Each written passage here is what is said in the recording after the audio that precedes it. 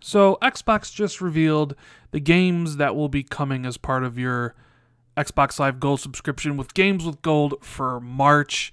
And there's actually quite a bit of people upset about it. And there's this narrative going around that, well, Games with Gold just hasn't been the same since Xbox Game Pass. So we're going to touch on the games that are coming out next month, as well as the overarching issue of has the quality declined with Games with Gold. What's going on, guys? Randall Thor 19, the man with the million, back again with another video. Really quickly, I posted a review of The Station, which is out now on Xbox, PS4, and PC. It's a walking simulator, first-person narrative adventure set in outer space. Check out the review when you do have the time. I would appreciate it. But on to the bigger issue here. Games with Gold. People look forward to it, especially the people who don't own a lot of games on Xbox that do subscribe to, Xbox Gold to play multiplayer, to talk and party, that get all those features. And this month, in my opinion, not necessarily the best, although one of the games is actually amazing, and I hope everybody plays it when it comes out. So on March 1st to the 31st, you will get Trials of the Blood Dragon for $15. Well, for free, but it retails for $15. Now, this game, when I was looking at Metacritic, has like a 50%. The people that love Trials, like Trials Fusion and those Trials HD games with the bike where you do those crazy tricks, they didn't really like this version of the game. And the people that like Blood Dragon, Far Cry 3 Blood Dragon, the standalone expansion or standalone game that came out from Far Cry 3 that everybody loved, everybody wanted a sequel to that or a different type of game. People wanted a new Trials, and yet they combined both of those, and it just wasn't a good game. But it's coming out, and you'll get it for free on March 1st. I'm not interested in this game. I don't own it. I will queue it up for download like I do most of the games I don't own on this, but that is the first game. The second game on Xbox One you'll be getting is Superhot from March 16th to April 15th, and it retails for $25. This game is freaking amazing. This is like the best game on this list. I hope everybody has the chance to play it. I think I have a review on this on my channel, or maybe I didn't. Maybe I streamed it on my Twitch a while back, but I adore this game, and it's a first-person shooter where time moves only when you move, and it's basically a whole bunch of like puzzle scenarios, but there's really no other game like it out there. So this is the one game I wholeheartedly recommend everybody play and everybody download when March 15th comes along. And then you have the 360 games. Everybody knows my kind of viewpoint on 360 games. I'm kind of done with them. Backwards compatibility is great for those that want it, but it doesn't really interest me. On March 1st to the 15th, we have Disney Pixar's Brave, which normally goes for $20. And I know a lot of people are like, really, Microsoft? Really? Brave? And I played this game. It's not as bad as you would imagine, but still, as an offering with Games of Gold, I would imagine you would want better than a licensed movie game. But that's just me. I know a lot of other people feel the same, because the reveal video on YouTube that Xbox posted for this has 1,000 likes and 1,000 dislikes, and a lot of people are complaining about Brave. Now, the next game that you'll be getting on March 16th to the 31st, which normally goes for $10, is Quantum Conundrum. And this game came around a little bit after Portal came out. I actually heard it's a pretty good puzzle game. I never played it. I don't own it. Once again, I'll queue it up for download and probably never play it, because that's what I do. Now, I don't really necessarily care that much with Games with Gold, mainly because I own the vast majority of games that come out with Games with Gold. It's just a way to kind of pad out my collection of games that don't interest me, because if the game interests me slightly, I'll pick it up, I'll play it, I'll do a review on it. Trials of the Blood Dragon wasn't one of those games, so I didn't care about it, and I don't care about getting it for free. Same with Quantum Conundrum. But there at least is one bright spot in Superhot. Now, let me know what you think. Are you guys happy with this month's Games with Gold? Or are you of the opinion, which we're going to talk about right now, that ever since the launch of Xbox Game Pass back in June of last year, the quality of Games with Gold games has diminished. So I went back and I looked at the games that have come out since Game Pass started in June of last year. So when you start looking at it in July, we got Grow Up and Rumbo, then Slime Rancher and Trials Fusion, then Forza Motorsport 5 and Oxenfree, then Gone Home and the Turing Test, then Trackmania Turbo and Tales from the Borderlands, Warhammer End Times Vermintide, Back to the Future the Game, The Incredible Adventures of Van Helsing 3 and Zombie, and last month we had Shadow Warrior and Assassin's Creed Chronicles India.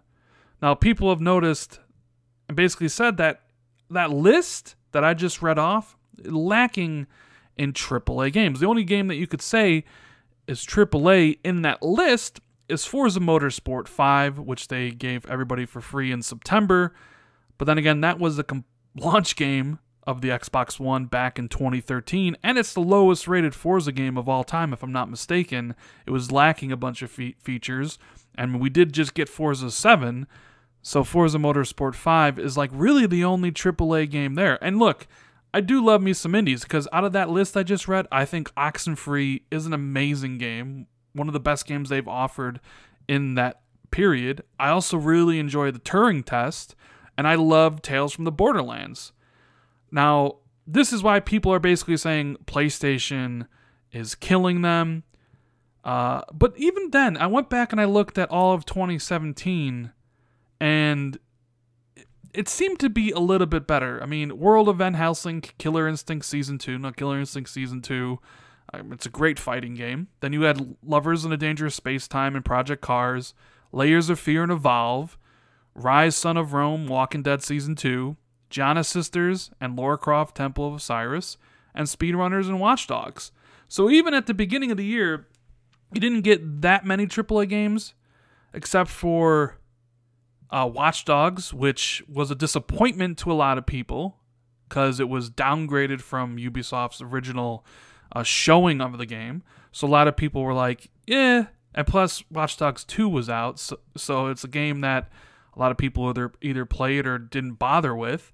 And Rise, Son of Rome, which is, I think, a really good launch title, and a game that people have been clamoring for a long time. The only other ones that stand out in that, last year before Game Pass is Evolve, which you can consider a AAA shooter, but at that point in time, back in March of 2017, that game was dead.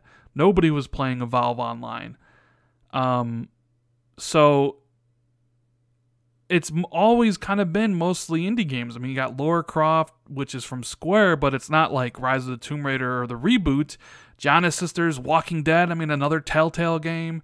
Layers of Fear, Lovers in a Dangerous Space-Time. So I'm like, okay, so the beginning of last year, yeah, you had Rise, you had Watch Dogs, you had Evolve, but maybe people are misremembering. So, okay, let's look at like 2016. Let's look at all of 2016 and see what type of games we got. You got Killer Instinct Season 1, you got Zeros, Hand of Fate and Styx, Sherlock Holmes, Lords of the Fallen, The Wolf Among Us, Sunset Overdrive, Defense Grid 2, Costume Quest, Goat Simulator and The Crew, The Banner Saga 2 and Tumblestone, Wars Orochi 3 and WWE 2K16, Earthlock and Assassin's Creed Chronicles China, Super Mega Baseball and The Escapists, Super Dungeon Bros and Murdered Soul Suspect, and finally Sleeping Dogs and Outlast. Now, even back in 2016, when I just read this whole list, the only ones that really AAA that stand out to me in that whole list is Sunset Overdrive, which was a great game. The Crew you can consider a AAA game, which a lot of people did play from Ubisoft. WWE 2K16, it's a wrestling game. It's a yearly kind of thing. I guess you can consider it that. Sleeping Dogs, which was just a remaster of a game that came out in previous, and that's really it. The rest of the games are indie games. I mean, Microsoft has kind of always put indie games in there, and they usually have one or two bigger AAA games. I mean, Outlast is a great, great game, but it's indie. Murder Soul Suspect, I mean, I would classify that as AA. Super Dungeon Bros, The Escapists, Super Mario Baseball, Earthlock, The Banner Saga, Goat Simulator, Costume Quest 2, Defense Grid 2. I mean, those are all basically indie games. I mean, even here in April, The Wolf Among Us, another Telltale release. So, like, as I'm looking through all this stuff, I was like, I don't know. Like, I'm kind of thinking, like, people are misremembering wrong, at least back to 2016, because it's Games with Gold to me has always seemed, has been continuing like it's always has been.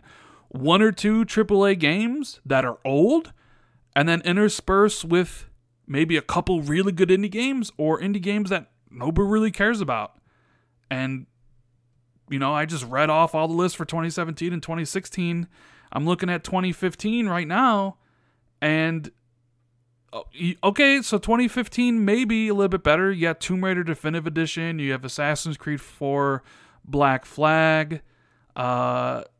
Even then, like, that's pretty much it. The rest of it is like indie games: Crimson Dragon, Strike Suit Zero, Super Time Force, D4, Rayman Legends. I consider Rayman Legends maybe a AAA game. I do love that. Child of Light, Castle Storm, Metal Gear Solid 5 Ground Zeroes, which is basically a demo for Metal Gear Solid 5, Valiant Hearts, which is a great game from Ubisoft, but still an indie game.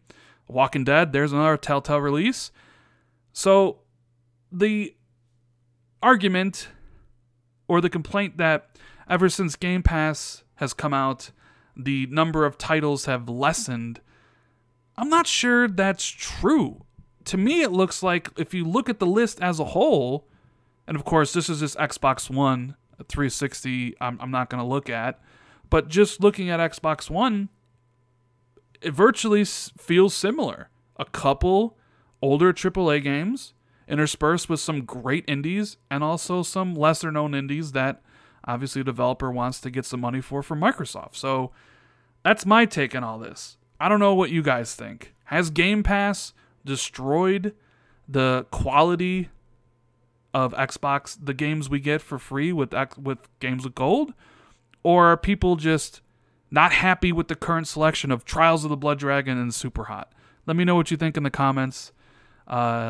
As always, if you enjoyed the video, make sure you hit that like button. Consider subscribing to the channel for more content. Share it out on social media, all that good stuff. Hit the notification bell so you're always notified, because YouTube doesn't always send out notifications. Anyways, guys, I really hope you enjoyed the video, and I will see everybody in the next one.